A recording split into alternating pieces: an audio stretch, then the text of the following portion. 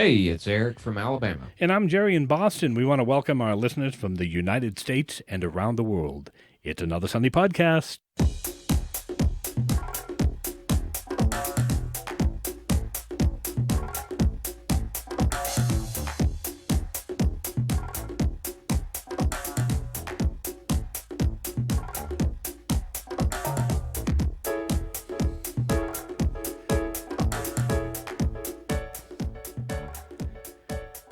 Here we are again with another episode of It's Another Sunday Podcast.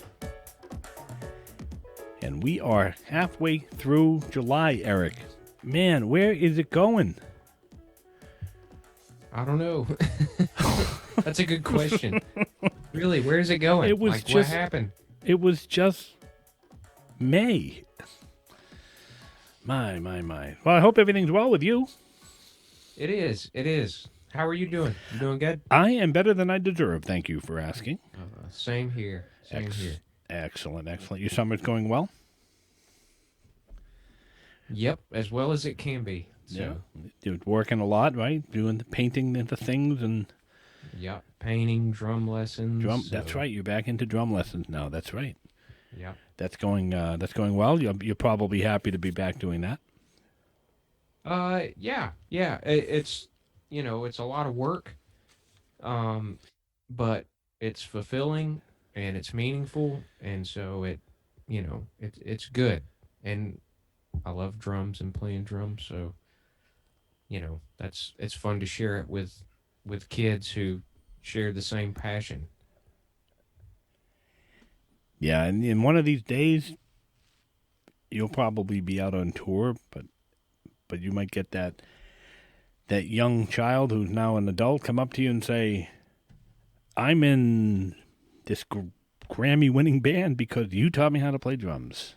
So that's the ultimate. Yeah, I doubt that, goal. But okay. Oh, man. Hey, listen, we got a special guest, as you know, tonight. About a month ago, we had our guest on a little different topic. We talked about ghost stories and apparitions and the unexplained. I thought that was a great episode. Yeah, it was. And our listeners enjoyed it, and we got some comments on it, and we'll have to talk about some more ghost stories. In fact, I told her that when we if things start to happen again in the house, let me know right away. I'm only a few miles away. I'll rush right over there with our microphones and our recorder and see if we can pick something up for our listeners. So, but that's not what we're here to talk about today. Tina Sweeney is with us tonight, and we're not going to talk about ghost stories and the paranormal. We're going to talk about her job as a travel agent. She works for Soaring Holidays, LLC, and she was recently named one of the top selling agents for 2021. Little round of applause.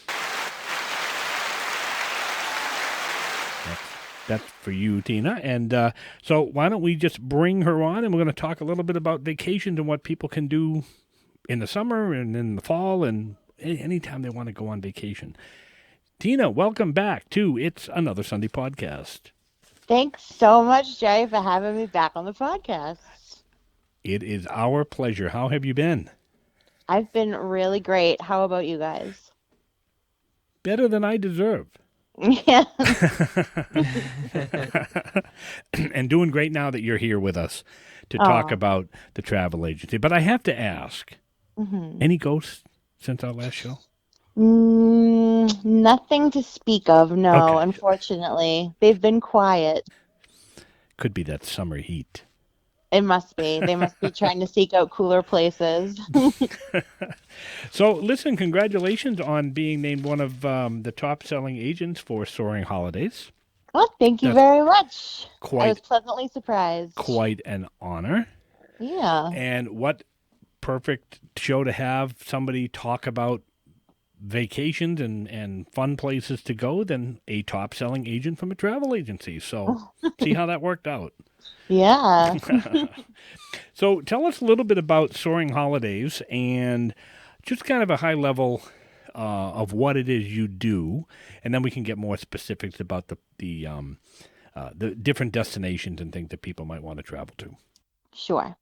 So, Soaring Holidays owner, her name is Carly. She used to work for a travel agency herself a few years ago, and she decided to branch out and start her own business. And I was recruited by someone that she had known and wanted to get involved with her agency. So that person reached out to me to see if I had any interest, and I said yes, absolutely, because previous to being an agent, I would love to just plan vacations on my own for myself and for my family and friends. I was constantly researching, prices and destinations, best time to travel, things like that. So it was a really good fit, and I'm really glad I did it. It was really good to get involved with, especially during the pandemic when no one was traveling. So I had plenty of time to, learn and research and train and all of that good stuff. That sounds great. You obviously have fun doing it. I do. I love it. There's just my brain just clicks when it comes to like making itineraries and researching things, and it really, yeah, I love it. Your bio talks about your kind of your specialties. I think Hmm. what you destinations and things that you are, I guess, an expert on, having been the top selling Or agent in close to, yeah. 2021. And so I noticed that Disney and cruises were on that list. Yeah. Um, so I have never been on a cruise. Okay. I can tell you what I know about them. There's a Sure. boat on the water, and it goes places, It's and you very can good. and you can eat like a pig on these things. But that's all I know. So if I wanted to do a cruise, and it is on my bucket list, by the way, so we'll be talking in the future Fantastic. about doing that. But for somebody like me who's completely ignorant on cruises, tell me a little bit about them, maybe a port or two, or if I was going to go on my very first cruise and I said, Tina, never been on a cruise, what would you recommend? For a very first time cruiser, I would recommend a pretty simple itinerary. I would recommend that their port of departure would be someplace close to them. Luckily for us in the Boston area, there is one right in Boston, and that particular port goes down to Bermuda often. I think that's a great cruise for a first timer because you're not island hopping like a lot of cruises will have itineraries for like three or even four different islands every day. Whereas this particular one, you're just on the sea for 2 days traveling down in Bermuda. You land in Bermuda and you get 3 days there, and then you just travel back up to Boston. Just not to overwhelm the new cruiser. You know what I mean? I think a simple itinerary like that would be ideal. So 2 days on the water. 2 days down on the water, and then 3 days, 2 or 3 days on the island. And that gives you more time to explore the island too. You're not just there for 6 to 8 hours. You get to actually do more than one or two different excursions.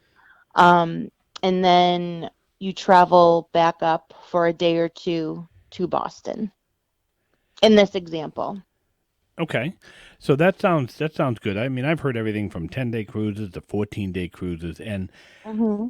I am claustrophobic as all get out. Um, and the reason why one of the reasons why I haven't gone on a cruise was for that reason. I've got this impression that I'm going to be stuck on a boat with no place to go, and I'm going to be like totally claustrophobic. Is that true? It's not true, not in my experience. I had the same thoughts going into it before I went on a cruise. I thought that there's nowhere to escape. It's going to be this tiny room. And, I was a little, I wouldn't say anxious, but it plagued my mind a little bit. But these ships, I should say, are huge. It's a floating city, literally. There are so many restaurants, so many clubs, so many activities, huge sweeping decks and rooms, bars everywhere. It's in Depending on the room you get, you don't have to feel claustrophobic in that either. Um, for most cruise lines, there are different classes of rooms. So obviously an inside cabin is what it sounds like. There's no windows. It's just a room. That would be the place you wouldn't want to be, and neither would for your claustrophobia if that is an issue that you may or may not have. Especially if the room is moving. Exactly. And that's the thing too. You hardly ever feel the ship moving. Again, in my experience, I think I felt it maybe once, and it was because it was obviously rough waters. But it's usually you don't feel like a constant swaying motion as if you would on like a small boat fishing or something like that. Um, but they have, like I said, they have different classes of rooms, so you could get a balcony room. So if you feel like you're getting a little claustrophobic, just step it onto your balcony. But the other thing too is that you're really only in your room to like sleep and get changed because there's so many things happening on the cruise.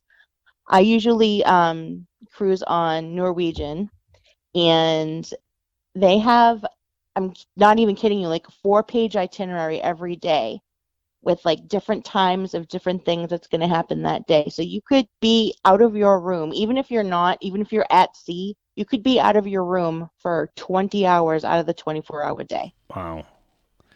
16 of those I'd be spending eating in the buffet. Because Yeah, I hear they're amazing. they are. Oh, they're beautiful food and so many choices for any sort of diet restriction you may or may not have. I don't know. If I was going to go on a cruise, I would Hmm. probably throw the diet right out the window. Well, of course, you're on vacation. What lunatic diet's on vacation? I'm kidding. I'm kidding. I'm kidding. So I've heard again. You said so many different things to do between. There's bars. I know there's casinos on Yep. some of the ships and Hmm. movie theaters and Hmm. live music. Uh, Yep. Absolutely. They'll have like stage shows. The few that I've seen, there was like an all 80s review. Everyone was like, it was kind of like a Breakfast Club type thing, but there was like, live singing and dancing. There was another, it was like a Duke Ellington type thing, like 1930s jazz. It was awesome. Um, and like they'll have bingo, they'll have like scotch tastings, they'll have trivia. This is all just during the day. At night, there's always a party on like the outside deck. It's so much fun, and it's always a theme. It's either like glow night where you dress like all in white, and there's black lights everywhere. They'll do like a 80s or a 90s theme night. They'll do the sail off party. So many things. sounds like you're busy, like you said. 20 hours a day. Yeah, if you want to be, you could be busy the entire time. Really. And I'm sure there's different packages and different pricing and things like that. Right.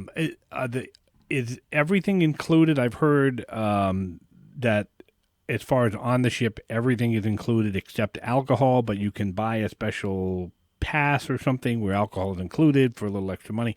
How does that work? And excursions, if you're going to a port of call like Bermuda or some other port of call. Is this all inclusive when you book the package? So once you pay for everything, it's like that's it. You don't have to worry about anything else other than maybe tipping the staff. So with that, as long as I've been a travel agent, I've never not seen promotions running all the time to get people to want to cruise. So you could have a beverage package, you could have a specialty dining package because again, like I said, there's so many restaurants on the ship too, not just the buffet. They have like steakhouses and French restaurants, Italian restaurants, like hibachi, the Japanese grill. all of that could be included in your price point. You could have, when it comes to the excursions, at most promotions will offer one excursion. Um, and again, if you're going to a place like Bermuda, one of the days we didn't even go on an excursion. We just left and wandered around the island because it was completely safe to do that. So yeah, again, when you book your cruise, there'll almost always be a promotion that includes premium beverage, specialty dining, excursion, like maybe 250 minutes of Wi-Fi, things like that. And when it comes to tips, there's an option to book that will include the cost of tips. So and unless you want to, keep tipping out, I mean, obviously it's a great gesture to tip out your bartenders and waitresses and things like that, but they build tips into your final price as well if you choose to do that. No, that all sounds great. I like the part of the hibachi grill. That's Hmm. and I have a friend that would. Did you say Scotch tasting? I did. I have a friend that would probably sign up for a cruise if he heard that. Yeah, yeah. No, that all sounds great. I definitely have to check into check into doing that again. It's on my bucket list. I love to travel, and the only thing like I said, was preventing me from doing it was just this whole thought that I'm going to be trapped out at sea in this boat, and I realize they're ships, and I've seen them in Boston Harbor, and Yeah. they're huge. Hmm. And then it's just my craziness to uh, No, to get over that. you're not alone. A lot of people feel that way until And they they get have on and they it. have a sick bay on there, so Right. And you can buy, I wish I knew the name of them, but I saw so many people wearing them. They're like these little band-aids behind your ear. It looked like a band-aid behind your ear, and yep. it's supposed to take care of your seasickness too. Yeah, that's never. I do not have motion sickness, which is surprising. Hmm. Um, but it's more that just a claustrophobic thing. I mean, the ship could rot Yeah. forever, and I've been out on boats before, fishing excursions and things like that. With a group of people doing Right. deep sea fishing and stuff. I love the water. I love boats, but it's wide open again, so I'm not. I don't feel trapped. But anyway, that's just my crazy fear that I'm going to have to get over if I ever want to go on a cruise. So, Like I uh, said, I felt the same way, but I never not felt safe on the cruises. It totally fine. what is your favorite port of call? I'm gonna have to say Bermuda only because it was my first one and it just had that magic, you know what I mean? And it was safe to walk around, and the water was the most beautiful blue I've ever seen anywhere else. Tina, you also specialize in Disney and Central Florida vacations, and I'm one of those people. Like a lot of people in Alabama, almost everybody that I grew up with went to Disney World as a kid, and a lot of parents um, that I know here around in our community, that's like the big thing. At least every kid, except for me, it seems like, has been to Disney World at least once in their lifetime. I don't know if it's the same way across um, the United States. Those people who are listening to the podcast, maybe you could help us uh, with that if y'all have been to Disney World. But it seems like at least in Alabama, with it being one state over, in Florida, that almost everybody's been to Disney World once. And I have, even growing up, even as a kid, Disney World did not do anything for me. Everybody down here, they go to the beach. That's like the vacation spot. Spring break comes and everybody goes down to Panama City Beach. And I'm like, I want to go to the mountains, you Mhm. know. And we have two kinds of people down here. We have the people that go to the beach, and then we have the people that go up to Gatlinburg in Mhm. Tennessee. So, and I've always been a mountains kind of person. And like I said, as a kid, never really had a desire to go to Disney World or anything like that. And I dated a girl one time, and she said, she was taking a trip to Disney World, and she said, "Oh, you should go. You would love it. There's all this stuff to do." She said it's not just for kids. It's not just Disney stuff, but it's everything. There's all kinds of stuff.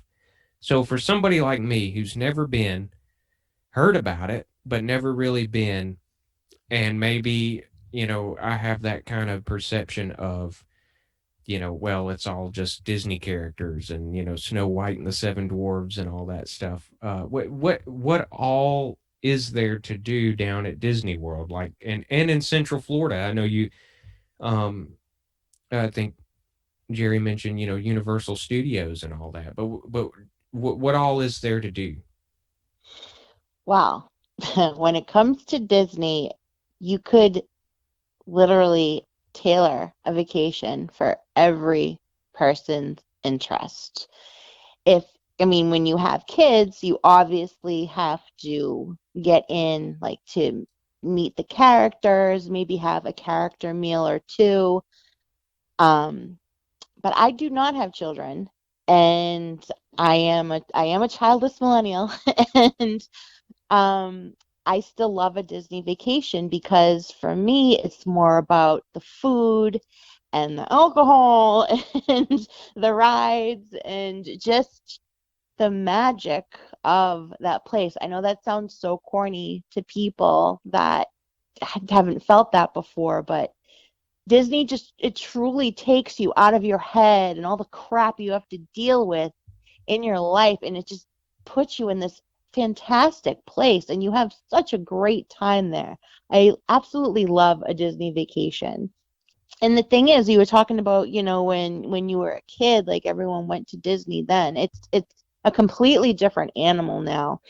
The thing about Disney is because it has such a high capacity for crowds, unless you absolutely don't mind just flying by the seat of your pants, you have to plan a lot of it. And that's the great thing about getting a travel agent involved with your vacation. You can have the agent plan as little or as much as you want, and they have the knowledge to be able to, like I said, really tailor make a vacation that suits your interests and what you want to do. No, that's good. So what? I mean, just some of the things that are available to do down there. I know, like um, like I said, one of my previous girlfriends, she had mentioned Epcot and all the. In fact, she brought me back like a from the German section, like a bottle opener. Hmm. Um, and but I think they have like every country represented there. Your European countries, France, Germany, and all that stuff.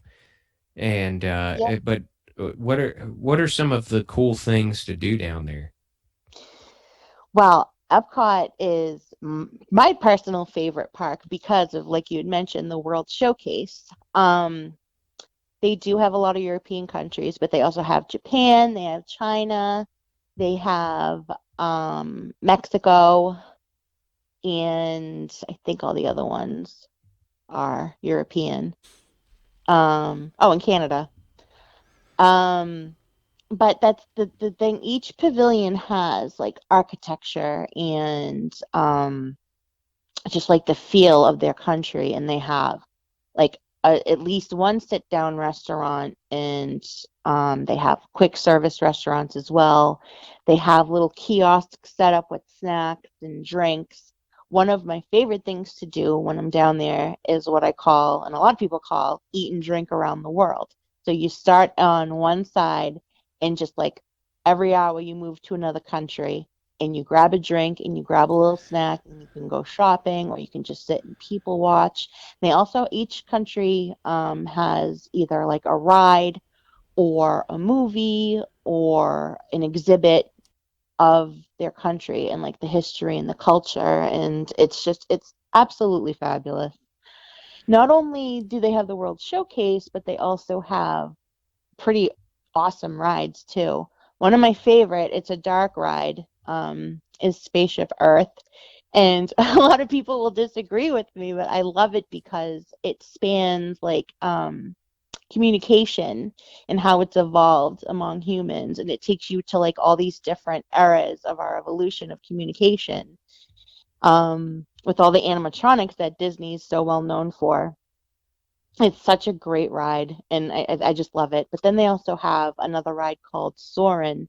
It's actually been updated to Soarin' Around the World. It used to just show scenes of like different landscapes of America, but it's now obviously Soarin' Around the World. But you get strapped into this, like, I don't know, like the seat, and you get risen up in the dark until you're like maybe, I don't know, 20, 30 feet above ground. But they have this booming music and this giant screen, and the wind is blowing in your hair, and like the different smells. When you go over the ocean, you can like smell the ocean, and it's such a great ride. Um, Among many other things there that make Epcot so awesome. They had a nighttime spectacular type show that I know it's changed, or it's about to open, if it's not already open at the time this is airing. That's supposed to be fantastic.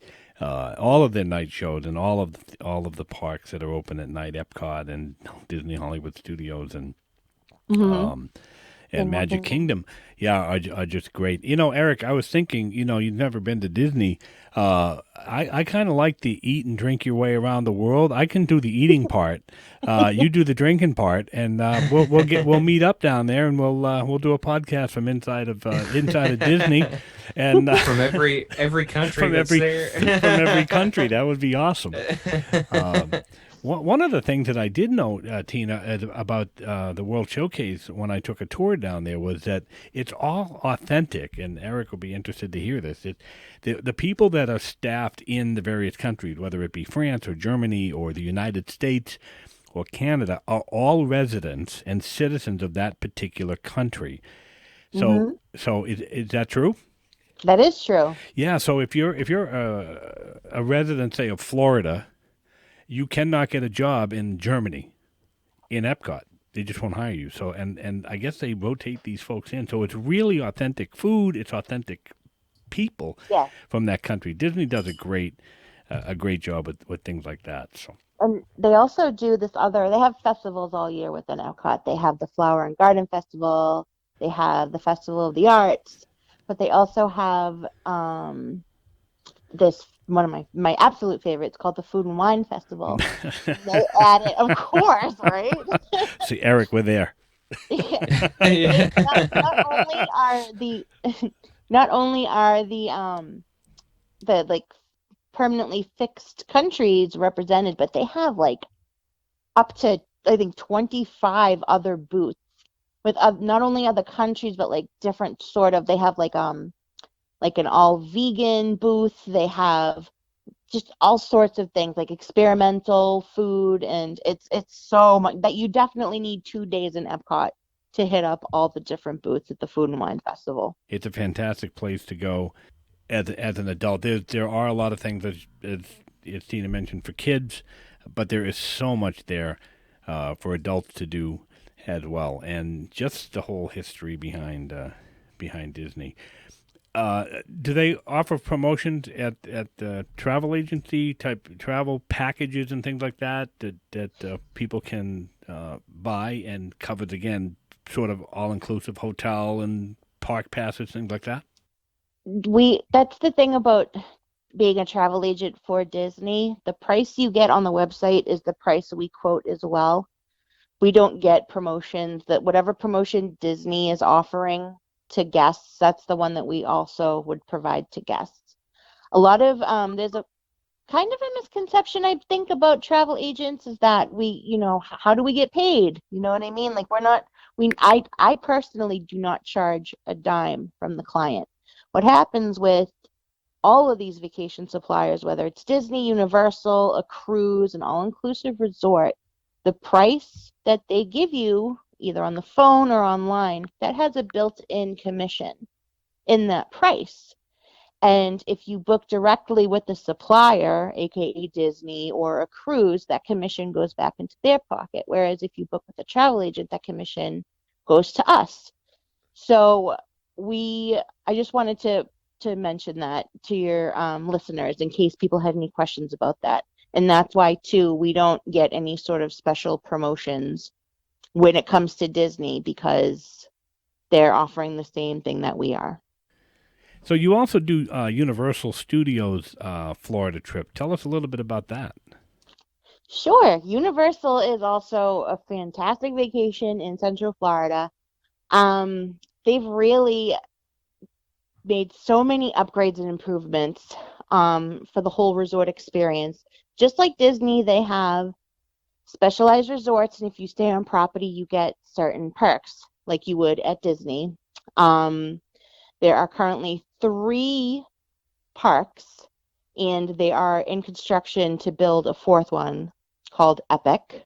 So that should be interesting. There, I don't think there's any time frame and when that will be finished because I believe they just started the construction on that. Um, but there's, like I said, mentioned there's three. There's Islands of Adventure, there's the Universal Studios, and there's Volcano Bay.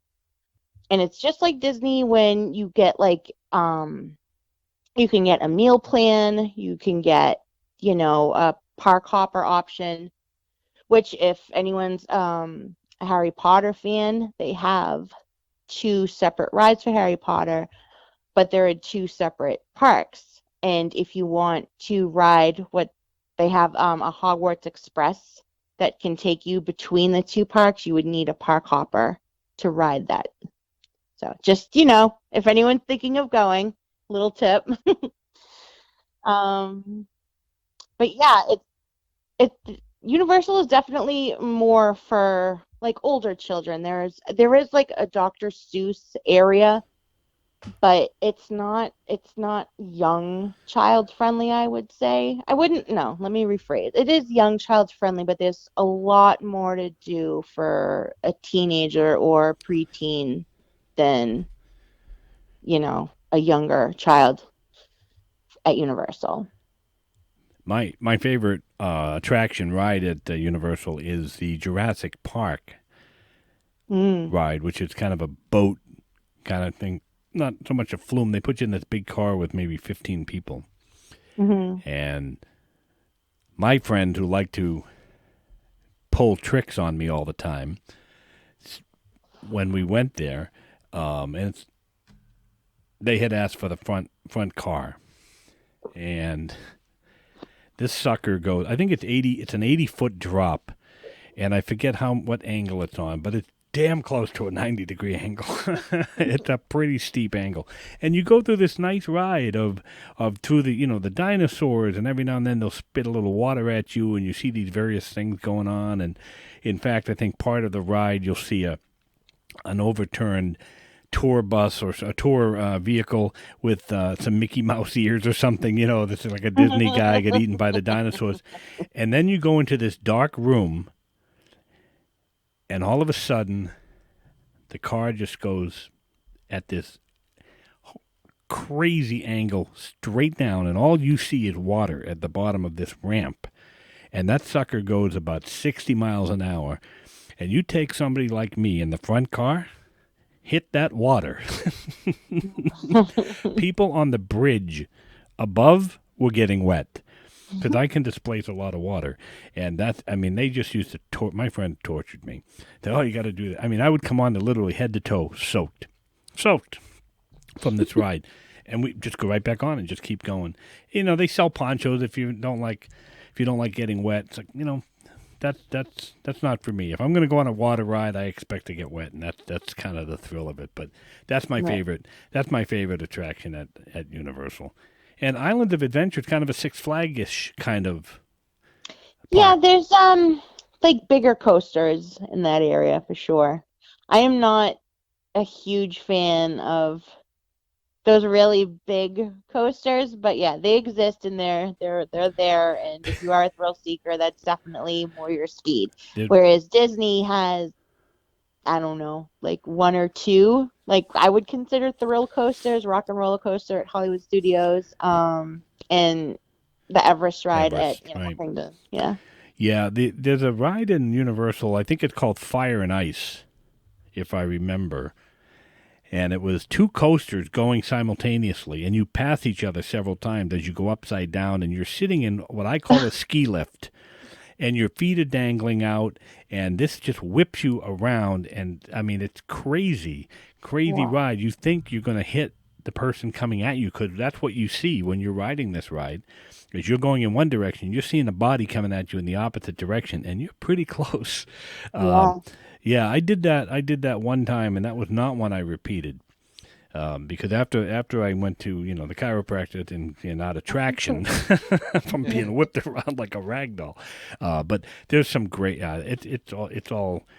It's all great. Is there a special time of year that you would recommend people to go when it may be cheaper or maybe less crowded or it's not as hot? Obviously, if you go to Florida in August, I don't know. Is it crowded in the hot sun, or would you rather go in February? What's a good time for people to think about going to Central Florida? I would say now because there's so many people that just always want to go to Disney. There isn't like a huge significant best time to go, but there are absolutely windows in which, you can still get maybe a lower crowd situation. So the best time to go for a lower crowd, I would say if you can handle the heat, would be in September because no one's going to pull their kid out of school to go to Disney for a week. Another good time to go is right after the Christmas break in between January and February. Um, Another good time to go is in between holidays like Thanksgiving and Christmas. That first week in December is usually known for having a lower crowd. Um, Obviously, March is spring break. Mid-February, mid-April is most of the Northeast school vacation, so a lot of people go down to Florida then. And as hot as it is, all those summer months when all the kids are out of school, that's also a very crowded time to go. Plus all the holidays like Christmas week, Thanksgiving week, even Easter week. So anytime that it's not a holiday and when kids are in school, that would be a good time to go. And now that all the COVID restrictions have been lifted, and I believe Disney has now lifted the mask requirements and social distance. Basically, it's just old Disney, right? There's no more They're, they're restrictions. They're still, yeah, they're removing the plexiglasses. I think the cast members starting tomorrow don't have to wear masks anymore. We get new publications, like as a travel agent, we get emails, updates from Disney directly, and they're just churning them out. So I can't keep track of all of them in my head at the moment, but I'm almost certain cast members don't have to wear masks starting tomorrow. The only thing I think that they're keeping, you know, because of the pandemic is the capacity still isn't at 100% yet. I think it's hovering between like 60 and 75%. They're also still not doing fast passes, but I would expect because they're raising capacity, they would have to implement those at some point. And dining reservations is still 60 days out. And there's still a lot of restaurants that are closed and most of the resorts are open now, but there are still a couple that haven't reopened yet. So there are still remnants of the, impact of the pandemic, but yeah, a lot of it is almost back to normal. So it's recommended for people that are going to go to Disney. Um, they don't need to make reservations for the day or days that they want to go. I think that was one of the restrictions Yes. for the yeah. So you just can't decide I'm going to go and just show up.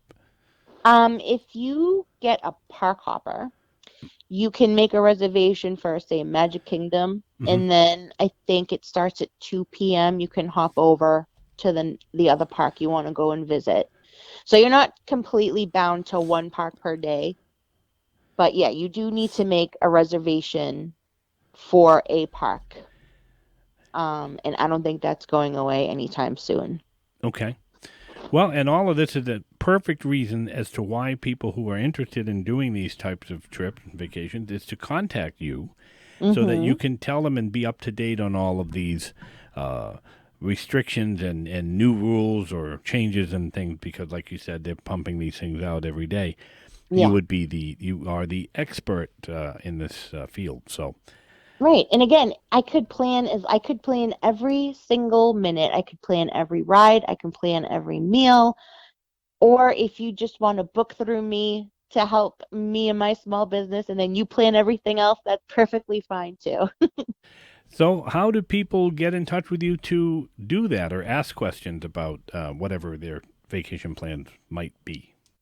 There are a few ways to contact me. My email is TinaSweeneyvacations@gmail.com. You can find me on Facebook and Instagram and message me that way. Just look it up at Tina Sweeney Vacations. If you have any interest in becoming a client of mine after, hearing me talk all about my passion of travel and helping people plan vacations, you can also find me on the Soaring Holidays website. If you look at the top of the web page, there is a section called Our Team, and you can find my profile in there. My name is Tina Sweeney, like I said, and like you've said. And you'll see my little blurb about how I like to plan vacations and things like that. And there'll be a button right underneath that called Become a Client, and you could fill out your information, and we can take it from there. And no extra charge for talking to one of the top sellers for 2021. Is that right? That's right. Never an extra charge. Awesome deal. Tina, thank you so much for telling us all about vacations, and I definitely want to talk more about a cruise with you, so we will talk offline and find out what destination would be best for me, and then we can talk about getting Eric and I down to over to Disney for the drink your way through the countries or whatever that was. Eat and drink your way through the countries. That's right. That sounds like a lot of fun. So thank you again for joining us, and we're going to put the description, rather the email and the contact information in the description of this episode for people that want to reach out to Tina and to soaringholidays.com. We'll have all of that information in there for you. Thanks so much, guys. I love talking about vacations, so I really appreciate you letting me come and talk about one of my favorite things. Thank you. You are welcome. We're going to have you back again. We'll talk about maybe, we'll have some more ghost stories, or we'll talk about some new vacation destinations. Yeah, or get a little more in depth if people have questions about anything. Sure, I think folks would like to hear about winter vacation options. So once we get into the fall and the winter, we'll have you come back and talk about that. Great. Eric, any last questions for our guest? Oh, I mean that really covered it. That was great. Thank you again, Tina. That was awesome. So I feel like I need to go to Disney World now. You so do. It's so much fun. I'll pick you up in about 16 hours. All right. Thank you so much, Tina. Mm-hmm. Tina Sweeney, everybody, from SoaringHolidays.com. Well, there you have it, Eric. I mean, how can you not want to go to Disney now? I mean, just the thrill of everything that Tina talked about, and come on, drink and eat your way through all of the countries. Yeah, isn't that the definition of a vacation? Absolutely. you can say bye-bye to the regimen. So between the cruise and the Disney trips and the Universal trips, I'm just going to balloon up nicely, and I'm going to enjoy every minute of it because it just sounds like so much fun. And a cruise too. I've never been on a cruise, and I've had friends that have been on a cruise, but now I kind of want to go on one. That sounds like fun. So, like I said, the only thing that had prevented me from going, and I have friends who have said, "Let's do this cruise," is simply my irrational fear of claustrophobia, and but she'd made it sound so much more. She's explained it really well that there's just so much to do that it's just like being in a city. You just happen to be on the water. So I'm definitely going to look into that. And having been to Disney, I can tell you definitely would enjoy going down there. There's just so much to do, not just for kids. There is that aspect of course, the characters and some of the attractions that are geared to kids, but there's so much for all ages. I know I was there my first time. I was 18. I took my parents. A family took my parents down there. They were in their 40s at the time and loved every minute of it. So, well, that's going to do it for this episode. Another great episode, if I will say so myself. It's always great to have guests on. Our listeners are sending us ideas and suggestions for guests. Keep them coming, please. And I want to welcome a few of our listeners. We have some listeners from India who just joined us. We have a Hawaiian listener or listeners out there. Welcome to the podcast. We hope you enjoy it. And to everybody in the United States and around the world, we really, really appreciate you tuning into these the podcast. We couldn't continue to do this 30-something episodes here without you, the listener. Eric, final comments and words from you. Just roll with the changes.